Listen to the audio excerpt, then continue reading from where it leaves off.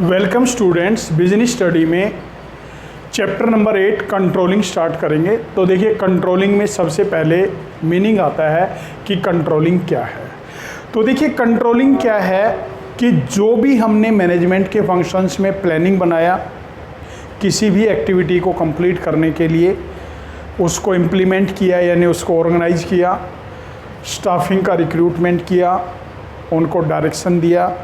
Direction देने के बाद हमारा लास्ट फंक्शन आता है, अब हमें उनको कंट्रोल करना है कि वो हमारी प्लानिंग के अकॉर्डिंग उस वर्क को पूरा कर रहे हैं या वर्क को पूरा नहीं कर रहे हैं। अगर नहीं कर रहे हैं तो क्यों नहीं कर रहे, यानी हमें उनको कंट्रोल करना ज़रूरी होता है।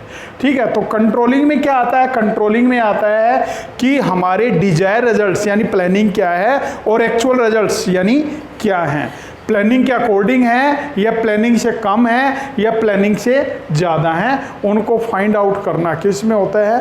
कंट्रोलिंग में।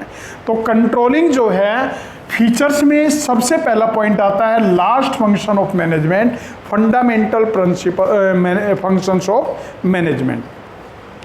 देखिए, जो हमारा कंट्रोलिंग फंक्शन है वो मैनेजमेंट का लास्ट फंक्शन है। सबसे पहला फंक्शन कौन सा है? प्लानिंग। प्लानिंग में क्या किया? आपने कोई भी वर्क करना है उसके लिए आपने प्लानिंग तैयार की कि मैंने जो वर्क है कि मतलब 2 घंटे करना है, 4 घंटे करना है, 6 घंटे करना है, उसके लिए प्लानिंग बनाया, उसको ऑर्गेनाइज किया, उसके लिए स्टाफिंग का रिक्रूटमेंट किया, डायरेक्शन प्रोवाइड की, और लास्ट में कंट्रोलिंग आता है कि लास्ट में आपने चेकआउट करना है कि हमारी प्लानिंग के अकॉर्डिंग वर्क हो रहा है या नहीं हो रहा है। तो जो हमारा कंट्रोलिंग है वो क्या हो गया? लास्ट फंक्शन ऑफ मैनेजमेंट हो गया। प्रेवेसिव अब सभी जगह जरूरी होता है।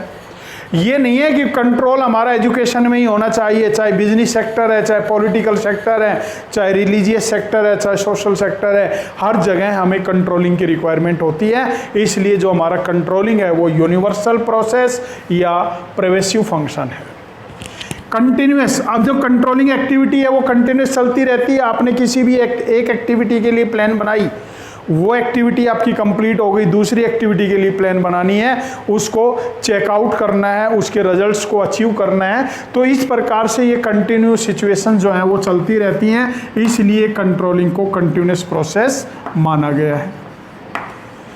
Controlling is both beginning and end of the process of management. अब देखिए, हमारी मैनेजमेंट की जो प्रोसेस है, कंट्रोलिंग बिगिनिंग भी है, एंड भी है। अब देखिए, बिगिनिंग कैसे है? आप कोई भी प्लानिंग बनाएंगे, किसी भी एक्टिविटी को पूरा करने के लिए प्लानिंग बनाएंगे, तो प्लानिंग किस बेस पे बनाएंगे? पिछले एक्टिविटी के बेस पे। तो स्टार्टिंग से ही पिछली एक्टिविटी को ध्यान में रखते हुए हम प्लानिंग बना रहे हैं और लास्ट में उस प्लानिंग को अचीव करने के लिए उसको कंट्रोल करने हैं। तो जो हमारा कंट्रोलिंग फंक्शन है वो बिगिनिंग से ही स्टार्ट हो जाता है और लास्ट प्रोसेस तक रहता है। रिलेटेड टू रिजल्ट, अब हमारा जो कंट्रोलिंग फंक्शन है वो रिजल्ट से रिलेटेड है। अगर कंट्रोल नहीं होगा, अगर आपको ये ना कहा जाए कि होमवर्क भेजना है तो आप होमवर्क करेंगे नहीं, तो ये किस में आता है? ये कंट्रोलिंग फंक्शन में आता है कि कंट्रोल करने के लिए रिजल्ट से रिलेटेड है, रिजल्ट्स लेने के लिए कंट्रोलिंग फंक्शन होना जो है वो जरूरी है।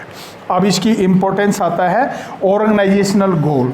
अब देखिए, जो भी हमारे ऑर्गेनाइजेशन के गोल हैं, ऑर्गेनाइजेशन की गोल क्या है? बिजनेस को आगे बढ़ाना है, बिजनेस में ज़्यादा से ज़्यादा प्रॉफिट अर्न करना है, बिजनेस के एम्प्लॉयज़ को सेटिस्फाई करना है, कस्टमर को सेटिस्फाई करना है, और ये सभी कंट्रोलिंग फंक्शन के द्वारा पॉसिबल हो पाते हैं। Judging accuracy of standard.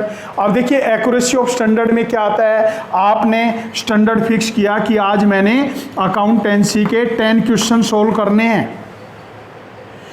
अब शाम को आपने 8 क्वेश्चन सोल्व किए, 10 क्वेश्चन सोल्व किए या 12 क्वेश्चन सोल्व किए, इसको जज करना किस में आता है? कंट्रोलिंग फंक्शन में आता है। Making efficient use of resources. अब देखिए, हमारे जो भी रिसोर्सेज हैं, लैंड, लेबर, कैपिटल, एंटरप्रेन्योर और मनी, इन सभी का कंट्रोलिंग फंक्शन के द्वारा एक एफिशिएंटली यूटिलाइजेशन किया जाता है, जिससे कि मिनिमम एफर्ट से मैक्सिमम अचीवमेंट पॉसिबल हो सके। Improve employees motivation.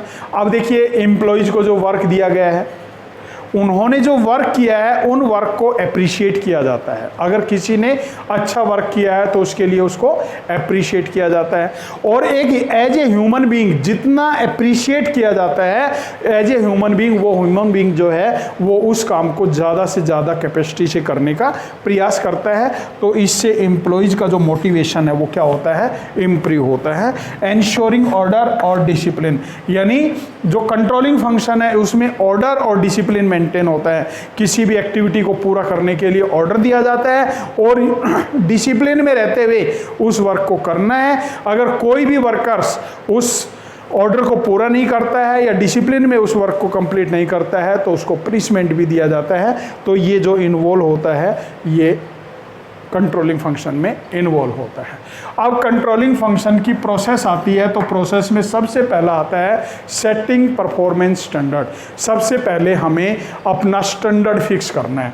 क्या स्टैंडर्ड फिक्स करना है? हमें स्टैंडर्ड फिक्स करना है कि आज सुबह से शाम तक हमें एक चैप्टर अकाउंटेंसी का तैयार करना है। ये हमारा स्टैंडर्ड हो गया, ठीक है।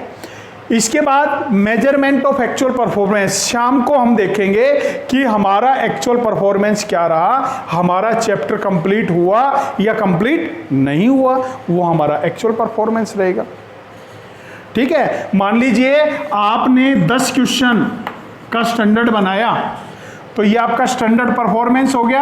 आपकी शाम को क्वेश्चन 8 तैयार हुए, ये आपका क्या हो गया, एक्चुअल परफॉर्मेंस हो गया। अब आप क्या करोगे, कंपैरिजन करोगे। क्या कंपैरिजन करोगे कि हमारा जो एक्चुअल रिजल्ट है वो स्टैंडर्ड से कम रहा या स्टैंडर्ड से ज़्यादा रहा। अगर मान लीजिए 10 हो गया तो कंप्लीट हो गया, 12 हो गया तो ज़्यादा हो गया, ठीक है। तो यहाँ हम 8 मान के चल रहे हैं तो actual performance minus standard performance तो -2 यानी कम रहा, तो ये डेविएशन हो गया।